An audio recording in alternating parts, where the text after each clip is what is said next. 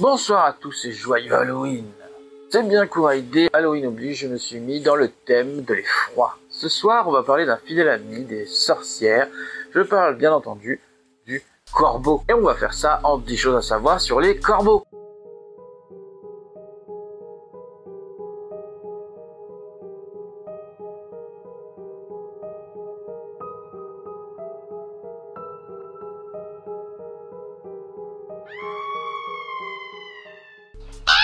Numéro 1. Le corbeau, une grande famille. Quand on parle de corbeau, on désigne en réalité plusieurs espèces d'oiseaux appartenant au genre Corvus, qui fait partie de la vaste famille des corvidés. Plus de 130 espèces incluent les pies, les geais et les choucas. Le genre Corvus compte à lui seul plus de 40 espèces réparties sur presque tous les continents. Mais attention, la corneille n'est pas la femelle du corbeau. Ce sont deux espèces distinctes qui ne peuvent pas se reproduire entre elles. Leurs principales différences sont que le grand corbeau, il est très grand, entre 54 et 60 cm de long, pour 115 à 150 cm d'envergure. Il a des plumes de gorge hirsutes et fait barbe, un bec massif, puissant et crochu, une queue qui forme un losange en vol. Il a un cri grave et rauque.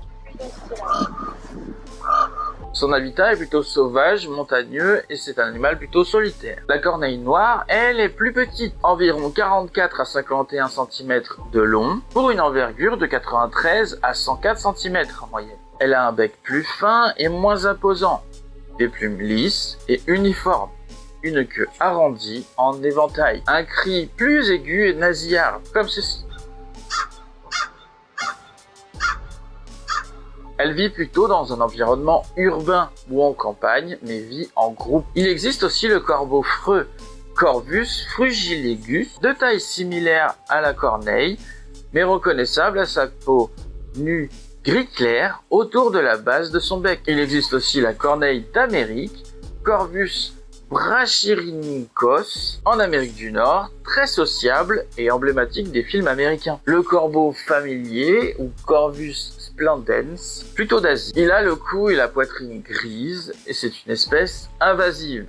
Il y a aussi le corbeau à gros bec, ou Corvus macrorhynchos, d'Asie de l'Est, avec un bec impressionnant, célèbre au Japon pour son intelligence urbaine. Il pose des noix sur la route pour les faire écraser par les voitures, avant de venir les manger. Mais pour cette vidéo, nous allons nous concentrer sur le grand corbeau, ou Corvus corax, le géant de la famille, et symbole ultime d'Halloween. Numéro 2.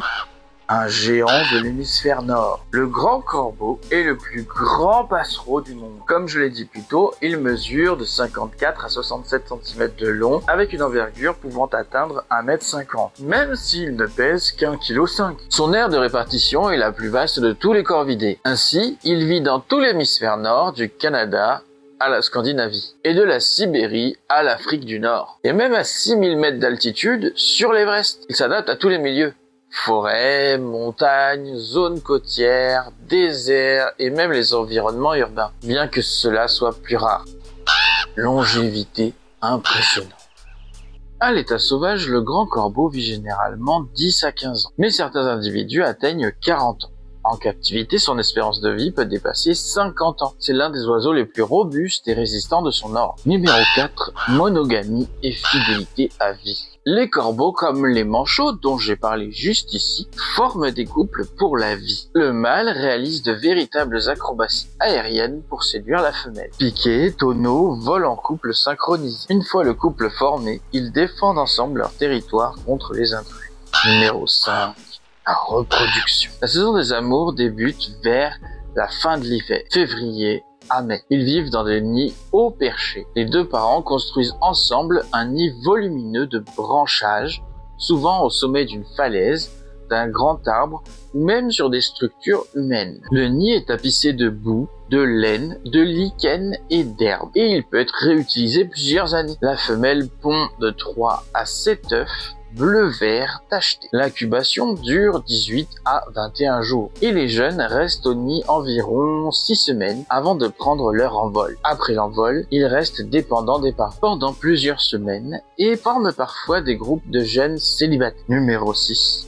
Omnivore, opportuniste et charognard essentiel. Le grand corbeau est avant tout un charognard. Il se nourrit donc de carcasses d'animaux, jouant un rôle crucial dans le nettoyage des écosystèmes et la limitation de la propagation des maladies. Tout comme le diable de Tasmanie, juste ici. Mais c'est aussi un omnivore extrêmement opportuniste. Son régime alimentaire varie selon l'environnement. Des protéines animales comme les insectes, les vermines, les petits mammifères comme les rongeurs par exemple, certains amphibiens, des reptiles, les œufs et les oisillons. En végétaux, ils mangent des graines, des céréales, des baies, des fruits et des glands. Et en ville, des déchets alimentaires dans les poubelles. Ils stockent la nourriture en excès pour les périodes de disette et n'hésitent pas à voler les cages des autres animaux, comme avec celle du renard arctique. En hiver, il peut même suivre les meutes de loups pour se nourrir de leurs restes de chasse. Numéro 7.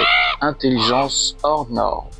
Le singe à plumes. Le grand corbeau est considéré comme l'un des oiseaux les plus intelligents au monde. Ses capacités cognitives sont comparables à celles des grands primates. Quelques preuves de son intelligence. Il peut par exemple utiliser des outils. Il fabrique et utilise des objets pour atteindre de la nourriture. Il a une bonne compréhension de cause à effet. Il résout des problèmes complexes en plusieurs étapes. Certains corbeaux obtiennent des résultats équivalents à ceux d'enfants humains de 2 à 5 ans. Ça peut paraître minime, mais par rapport aux autres espèces animales, c'est quelque chose qui révèle une intelligence assez élevée, bien que, à mes yeux, l'intelligence animale, elle est surtout due à leur instinct. Et donc, elle est primaire. Chose que nous, on a beaucoup perdu. Alors, information assez surprenante qu'il faut, je dirais, prendre avec des pincettes, c'est que les corbeaux seraient capables de mémoriser les visages humains pendant plusieurs années et de même pouvoir les transmettre à d'autres personnes du groupe. Donc, par exemple, à désigner que telle ou telle personne est une bonne personne ou une mauvaise personne et donc accepter de s'approcher ou non de telle ou telle personne. Et la suite va de pair, c'est-à-dire que c'est un animal qui est très rancunier et vengeur. Il n'oublie jamais ceux qui lui ont nui et peut organiser des représailles collectives avec ses amis corbeaux.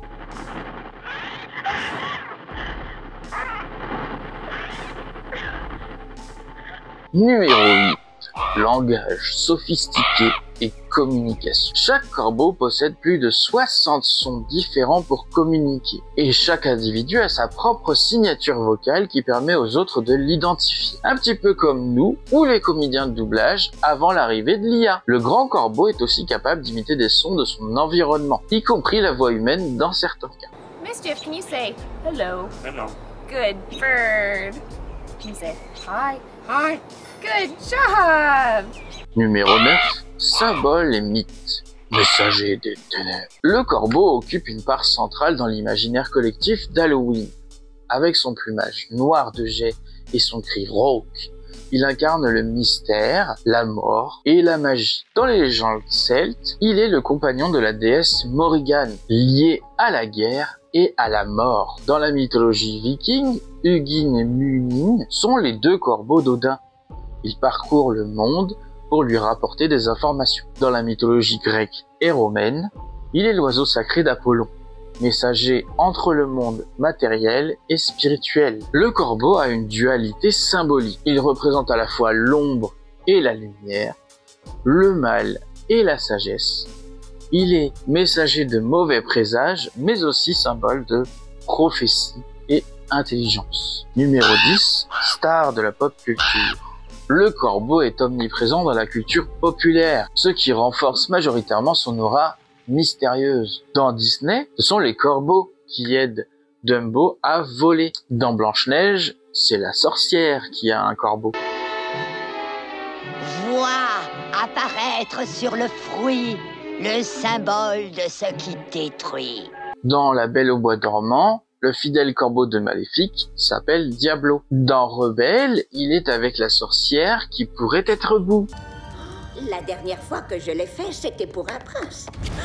Et franchement, le prince, un beau gosse. Un beau gosse. Et d'ailleurs, il parle. Il est présent aussi dans la littérature, dans le livre Le corbeau d'Edgar Allan Poe, le poème gothique le plus célèbre où le corbeau répète Nevermore, qui signifie jamais plus, dans les séries et les films maintenant. Dans Game of Thrones, les corbeaux sont des messagers de la nuit et de la connaissance. Ils montrent notamment au jeune garçon Stark, dont j'ai oublié le nom, des visions. Dans les animés, Itachi a pour symbole le corbeau. On l'en voit très souvent quand il est impliqué dans un épisode de Naruto.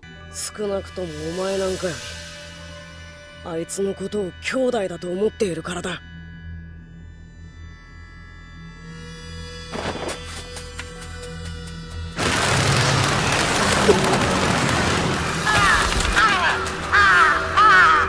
お前はすでに現実の中だ。 Si je me trompe pas, c'est aussi eux qui sont dans Demon Slayer, les messagers des Demon Slayer. Dans le jeu vidéo aussi, ils s'y invitent, notamment l'un des derniers auxquels j'ai joué récemment, Lost Records Bloom and Rage. Le corbeau y joue un rôle mystérieux et récurrent, symbole de connexion entre le monde matériel et celui des esprits. Présent dans les moments clés de l'intrigue surnaturelle, les corbeaux apparaissent régulièrement dans la forêt, mais aussi près de l'abysse, auquel ils semblent liés, et liés aussi au secret que les héroïnes tentent de percer. J'ai d'ailleurs fait des vidéos sur ce jeu, si ça vous tente, c'est sur la deuxième chaîne, et je vous mettrai le lien dans la description.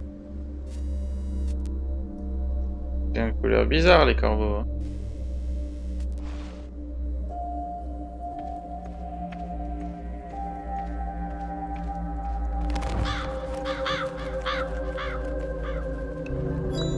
Cat.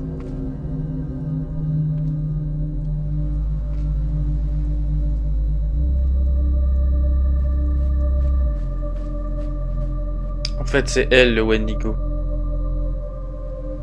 Wow.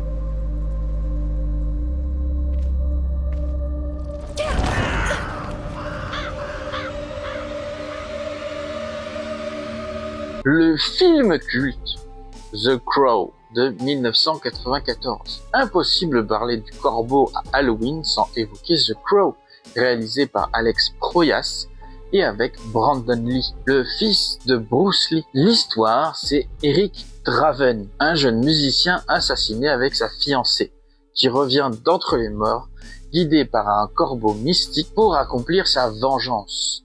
Le corbeau devient ici le gardien entre la vie et la mort, le messager qui ramène l'âme d'Eric pour réparer une injustice. Ce film est le pont entre l'imaginaire d'Halloween, la destinée et la puissance du symbole du corbeau aujourd'hui. Le film est légendaire non seulement pour son atmosphère gothique et poétique, mais aussi parce que Brandon Lee est mort tragiquement sur le tournage, à l'âge de 28 ans, tué par un accessoire défectueux, qui était un revolver. Cette mort a rendu le mythe autour du lien avec la fatalité, faisant du corbeau un symbole encore plus puissant de la frontière entre la vie et la mort. Ce film a eu plusieurs suites et un remake en 2024.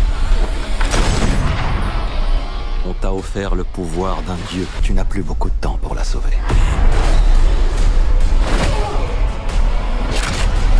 Mais l'original de 1994 reste le film culte qui a ancré le corbeau comme icône gothique et symbole de justice vengeresse dans la pop culture. Conclusion, le corbeau est bien plus qu'un oiseau d'Halloween. Loin d'être simplement un animal effrayant, le grand corbeau révèle derrière les légendes toute la puissance de son intelligence, de la fidélité et de sa dualité. Charognard essentiel à la santé des écosystèmes, compagnon fidèle pour la vie et détenteur d'une mémoire prodigieuse. Il mérite bien mieux que sa réputation de messager de malheur. Alors, dès cet Halloween, si vous croisez un corbeau, souvenez-vous, vous êtes peut-être face à l'un des esprits les plus brillants du règne animal, et peut-être même un messager. C'était Kouraï, ciao! Et qu'est-ce qui se passe? Elle a bougé, non?